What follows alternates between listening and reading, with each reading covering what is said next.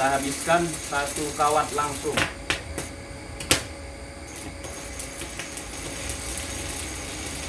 Tanpa jeda.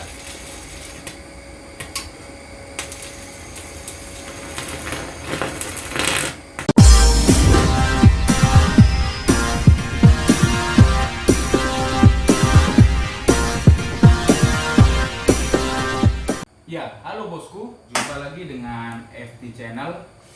Video kali ini kita mau bahas inverter trafo, ya. Inverter trafo lagi karena yang ini berbeda dengan yang kemarin kita bahas, walaupun sistemnya sebenarnya sama.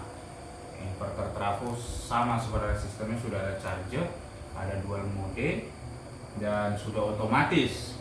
Perbedaannya mungkin secara fisik kita bisa lihat di sini warnanya ini biru, kalau yang kemarin silver, ya. Kalau yang ini biru. Nah, itu perbedaan secara fisik. Kalau fungsional sama. Jadi di depan kita ini sudah ada inverternya, tepatnya kapasitas 3000-an. Ya, ada yang 24 volt, ada yang 48 volt, dan ada yang 12 volt. Dan di depan kita ini adalah yang 48 volt dan yang 24 volt. Serta ada juga ini yang 2000 watt 24 volt. Nah, bagaimana kondisi di dalam dari inverter ini? Kita bisa lihat, kebetulan di sini untuk mempercepat video kita sudah buka bautnya. Jadi saya tinggal angkat tutupnya saja.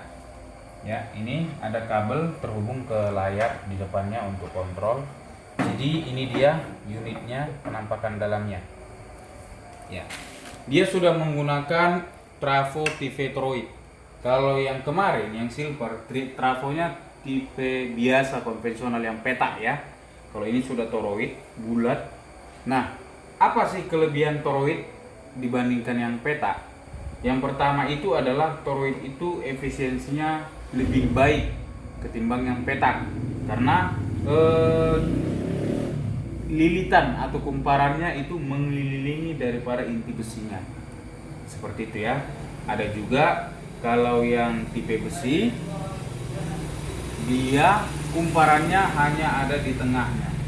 Jadi sisi luar dari trafo besi itu, disitulah lossesnya, ya, karena ada tercipta induksi di situ, tetapi tidak ada kabel di luarnya, hanya di dalam inti dari trafo itu. Kalau ini luar dalam, jadi ada bulat seperti ini intinya, ya, dan kabelnya itu dililit keliling seperti itu. Jadi sangat sedikit keluar energi yang terbuang, lossesnya sangat rendah seperti itu.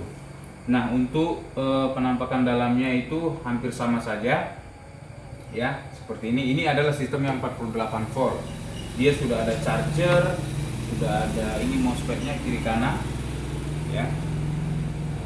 Kenapa ini mungkin dilihat MOSFET-nya hanya 4 di sini, 4 di sini, dan sebelah sana juga 4 kiri, 4 kanan? Karena ini sistem 48 volt, sehingga arusnya itu rendah. Berbeda dengan sistem 12 volt, itu arusnya tinggi, sehingga MOSFET-nya itu full. Dan di sini kalau mau ditambahi juga bisa, ada dikasih spare 2, tapi menurut spesifikasinya 4 ini sudah cukup karena 48 volt itu arusnya rendah. Ya, kalau 48 volt itu sekitar 100 ampere-nya cuma arusnya. Seperti itu, 100 ampere. Jadi nggak perlu banyak-banyak MOSFET, ya. Nah, kita akan langsung uji inverter ini bagaimana ketahanannya, ya. Nah, kebetulan kita sudah pasang juga untuk pengujian, ada di sini kelas, ya. Nah, di sini kita langsung lihat tombol untuk menyalakannya. Jadi di layar ini ada 4 buah tombol, ada function, ada up, down, dan on off. Untuk menyalakannya tentu pakai tombol on off, kita tekan, tahan 3 detik, lalu lepaskan. Nah, kemudian seperti itu. Ini pengaturannya bisa dilihat di sini adalah mode. Ini input dari PLN tidak dimasukkan. Ini frekuensi, ini output, ya. Nah, di sini ada tombol function. Function itu artinya untuk mengatur mode dari inverter ini. Jadi inverter ini terdiri dari 3 mode. Nah, cara mengaturnya tekan tombol function ini, tahan 5 detik.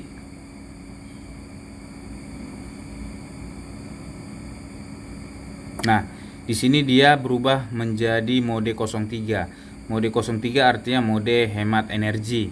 Jadi kalau tidak ada output yang dicolokkan ke bagian luar, maka inverter ini tidak akan bekerja menghasilkan listrik untuk output seperti itu. Dia akan membaca apakah di outputnya ada beban atau tidak, seperti itu ya. Nah, kalau kita tekan lagi tahan 5 detik, dia akan berubah ke mode 1. Nah, ini bisa dilihat. Nah, mode 1 ini adalah mode di mana PLN utama inverter backup. Jadi ketika inverter ini difungsikan di mode 1, nah PLN dimasukkan, maka inverter akan off. Dan ketika PLN-nya tiba-tiba padam, pemadaman listrik, maka inverter on. Seperti itu untuk mode 1 ya. Kemudian kita tekan tahan 5 detik. Dia akan berubah menjadi mode 02. Di mana mode 02 ini adalah inverter utama dan PLN sebagai backup. Jadi walaupun PLN itu masuk ke inverter, dia tidak akan dialirkan ke output. Jadi ini fungsi untuk PLTS off grid ya. Jadi kalau baterainya sudah lowbat, maka inverter otomatis mati dan PLN dialirkan ke beban, di bypass seperti itu.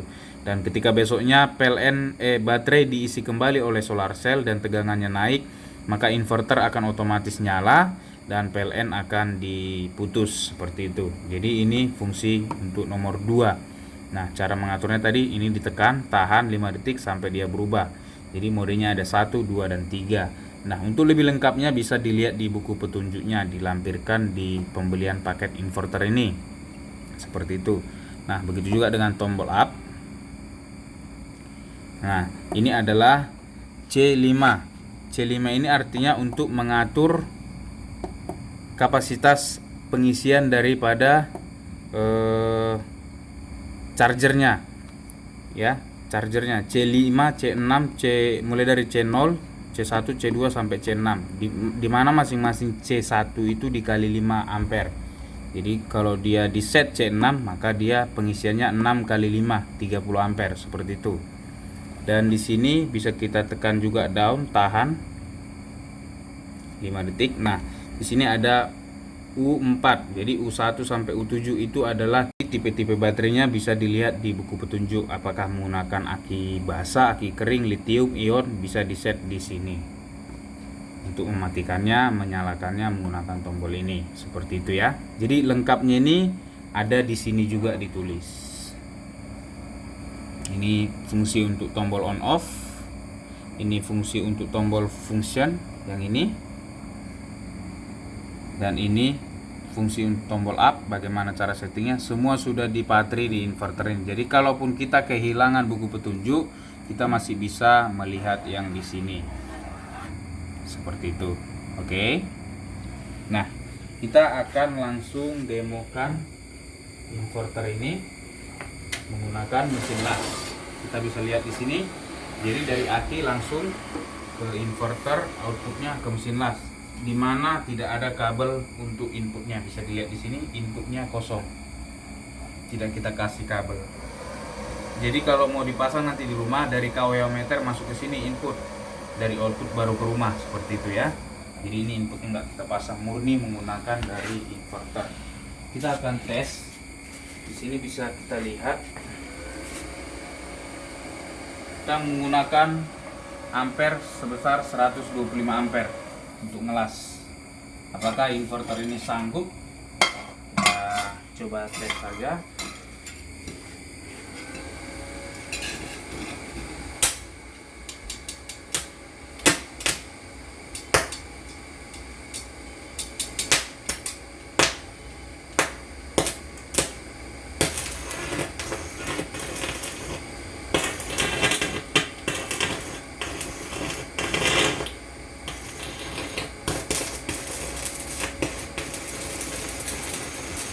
Kita habiskan 1 kawat langsung.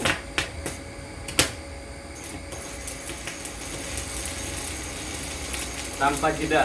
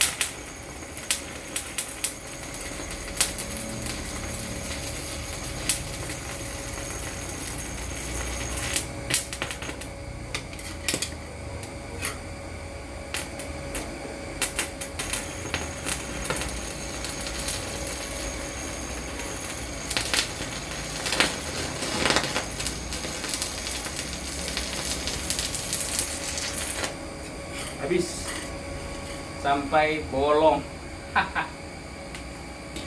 Saya harus mengganti nih cangkulnya sudah bolong ini teman-teman. Lihat nih, cangkul baru bolong. Berapa ini saya ganti nih? Ya nantilah kita hitung-hitungan sama yang punya cangkul. Jadi kita bisa lihat ini mode 3 berfungsi. Kalau tidak ngelas outputnya mati.